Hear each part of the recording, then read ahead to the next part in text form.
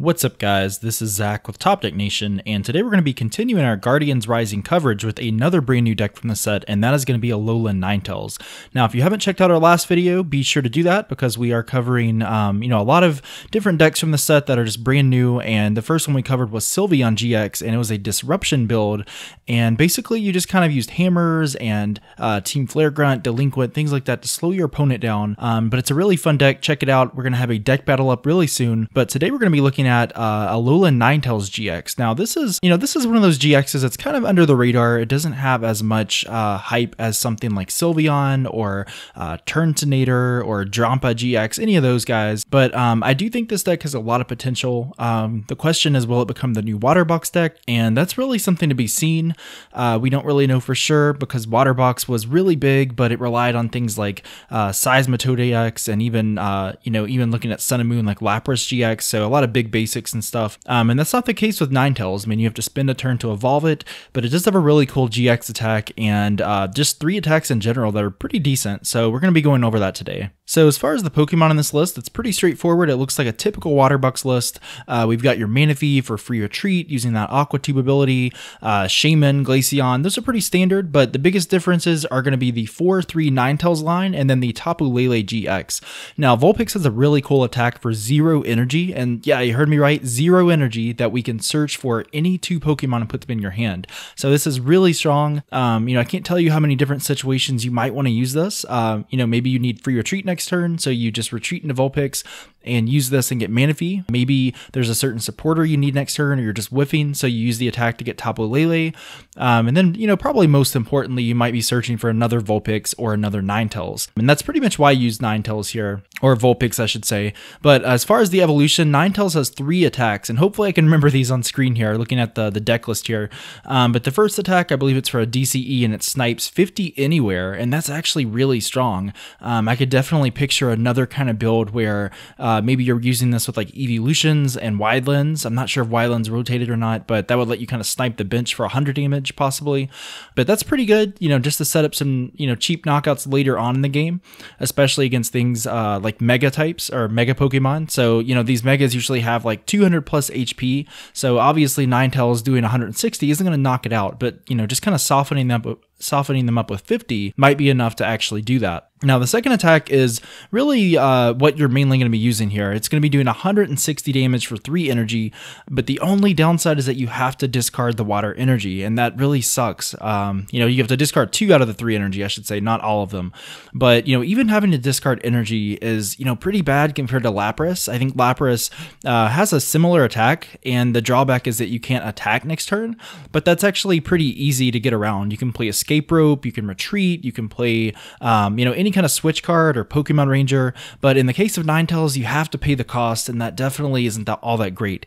But like I said, you have things to kind of soften up the damage and take knockouts. The first attack is good, Choice Band, Professor Kukui, lots of options to kind of get that magic number to one-shot your opponent there. And then the third attack is also for a DCE, and the GX attack is really interesting here because it says that you can actually move all the damage counters from Ninetales to your opponent's active Pokemon. And that is really huge because there might be a turn where you just sit there and you just take a couple hits. You get to like 120, 130 damage. It is kind of hard for them to knock you out in one hit because of Rough Seas. So, one of your knockouts for the game could simply be Lysandering up a Shaman or Lysandering up something that's, kind of damaged. And then you just move the damage counters and you take a cheap knockout and you're completely healed. So really strong there. Not to mention the fact that, if you've used the GX attack, you have 2 energy on you already. So the next turn you can just attach the 3rd energy and probably one-shot your opponent using like Choice Band or Professor Kukui, something like that, whatever hits the magic numbers. So that's why Ninetales is pretty good. I like the 210 HP. I like that it can be searched out pretty easily with things like Dive Ball, Ultra Ball, etc. And the other addition we have here is going to be Tapu Lele, and Tapu Lele is really good. It's basically a mix of Lugia EX and Jirachi EX. So that Jirachi EX had that Stellar Guidance ability, lets you search for a supporter. That's basically what this does. So if I needed Professor Kukui just to get the extra 20 for a knockout, if I need to shut off Decidueye with a Hex Maniac, I can easily do that. So that's why he's in there. And the attack is actually pretty good as well. Now, if I played a Psychic Energy in this deck, that would actually be really strong. strong later game probably, because Tapu Lele's GX attack, it lets you heal 2 of your Pokemon completely. You don't have to discard energy, you don't have to do anything. So it's like a double max potion. So I mean, that might be something to think about. Maybe doing a Rainbow Energy or a Psychic Energy, something like that in here. Even just as a one of, if you can pull it off late game, it'll definitely be worth it. But space is kind of tight here, so I've tried to favor, consistency overall with the whole water strategy over that. Now, as far as our supporter line goes, we have 4 Sycamore, 3 N, 2 Lysander, 1 Professor Kukui, and 1 Hex Maniac. Now, I think these counts are pretty optimized for the most part. You can always take it a step further and add more draw power, like a 4th N, or, a lot of different cards that are in this new set. But I think this is pretty much the standard kind of supporter line here. 2 Lysander is great because you don't want to prize any.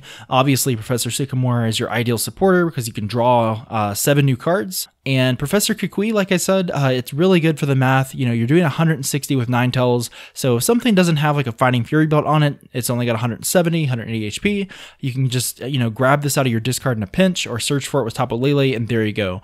So that pretty much covers the supporters, I think. And then as far as our stadiums go, I should say, we're playing 3 Rough Seas. I think 3 is pretty solid. It's really hard to say if Field Blower is going to be played a ton.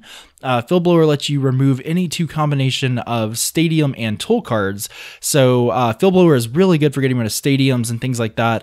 So, if Field Blower is played a lot, if every deck plays 1 or 2, you may have to bump this up to something like 4. Maybe even consider 4 Rough Seas and 1 of something else, like a Parallel City or something else that's relevant to the strategy of this deck. But, in general, I think 3 is a good starting point. It lets you just put it down when needed, retreat, heal damage every turn. So really strong overall. Now for our item cards, there are a lot of item cards here, and they all are definitely pretty relevant. The most significant addition here is going to be Aqua Patch. And if you're familiar with Darkrai decks from a few years ago, or even in Expanded, you notice that they play these Dark Patch cards. And what Dark Patch does, it lets you attach a Dark Energy from the discard to one of your benched Dark Pokemon. And this is basically the same thing here. It lets you attach a Water Energy this time. So unfortunately, it's only on the bench. It's not on the active. Otherwise, Ninetales would be a lot better because now you have to rely on Manaphy. You have to rely on switching out with things like Escape Rope. So it's a little clunkier. But overall, I think this is a great way to accelerate energy. And it's especially great because now you don't have to necessarily play Max Elixir just to kind of power this up, because it would be really, really unfortunate to have to power up Alolan Ninetales using like Max Elixir, having to wait and then they just Lysander Vulpix up and knock it out. So I think Aqua Patch will be good for this deck. We're going to be playing 4 Ultra Ball, of course. 4 Ultra Ball is not only good because it searches out anything in the deck, but also because it's getting water energy in the discard. So that's a huge plus of that. 4 Verse Seeker, just so we can reuse our supporters there. 3 Trainer's Mail, because we have a lot of trainers in the deck. I think I counted like 37, 38 trainers, something like that. I don't know. But we have to be able to search those out. Trainer's Mail is going to let you look at the top 4 cards, pick one, and add it to your hand. So really good if you need a supporter early on. Really good if you're looking for that Field Blower, that Choice Band, maybe something you only play 1 or 2 of. It's going to help your odds with that. As far as our other cards here, we play 2 Choice Band, also a brand new card from Guardians Rising. I believe it says you're doing 30 more damage against EX and GX Pokemon, so this is what makes Alolan Ninetales really good. Otherwise, Ninetales wouldn't be as great because it can't, one-shot your opponent's Pokemon. So ideally, if you're going against something like, say, an Eviltal EX, and it's got a Fighting Fury belt on it, basically it's got 210 HP. It's not going down easily. So you'll use a Field Blower to knock off the tool, and that'll bring it down to 170 HP, and then you can either use Professor Kukui or Choice Band, and that'll knock it out and put it just in that range. So really good there. 2 Escape Rope, that's just an optional switch card that's there in case you get stuck in the active, in case Garbodor's out and you don't have Field Blower, things like that. Or also just to get a cheap knockout. If your opponent's having a bad start, they're just slowly setting up on the bench, you don't have a Lysander, you can just use Escape Rope in a pinch and you might be good to go there. We're playing 2 Dive Ball. 2 Dive Ball is great because it's kind of serving like a Level Ball. Originally I thought about Level Ball in here, but then I realized Vulpix is a water Pokemon, so why not just use Dive Ball? It's searching out, 10 of your 13 basic Pokemon, and it's going to be able to get Ninetales out really quickly, Manaphy out really quickly for free retreat, so I think it's definitely warranted. I think with 6 search balls in this card, or in this deck, I should say, that's plenty of draw power. I think that's plenty of search power to get out all your Pokemon, so you should be good to go there. And then finally, we have a couple 1-of cards. We have Field Blower, which I said is really good against things like Garbodor, anything that uses tools. So like Evoltal decks, Mega decks, anything like that. It's really, really strong. And then finally, we have Super Rod, and Super Rod is just, a good utility card. If you've prized something, maybe you prized a couple of Vulpix, you prized some Water Energy, it's good just to have that as a way to get those resources back, just in case if you discard them early on in the game. But yeah, that's pretty much going to wrap up the list, guys. Overall, I think it's pretty consistent. It's hard to say how this is going to fare in the current metagame because we have a lot of Decidueye, we have a lot of cards that are just, extremely fast and just kind of, one-shot pretty much anything in their path, like Volcanion. But, overall, I think it's a really interesting deck. I like that water types are getting a lot more support, and I think it's pretty consistent overall. It gets to the point, it's not overly techy here. You're just setting up with Aqua Patch and you're doing a lot of damage. So, but let me know in the comments what you guys think of the deck. Are there any additions you would make? Are there anything you would take out because you don't think it really contributes to the strategy? I'm definitely open to any and all comments for sure. But be sure to subscribe, like our channel and follow us on Facebook at the same time. So that way you can stay up to date. Like I said, we're going to have more Guardians Rising coverage in the next week. Hopefully several videos up this week just to cover a lot of these popular decks that are going to be emerging soon. But in the meantime, this has been Zach with Top Deck Nation. Hope you guys enjoyed this video, and I'll catch you in the next one.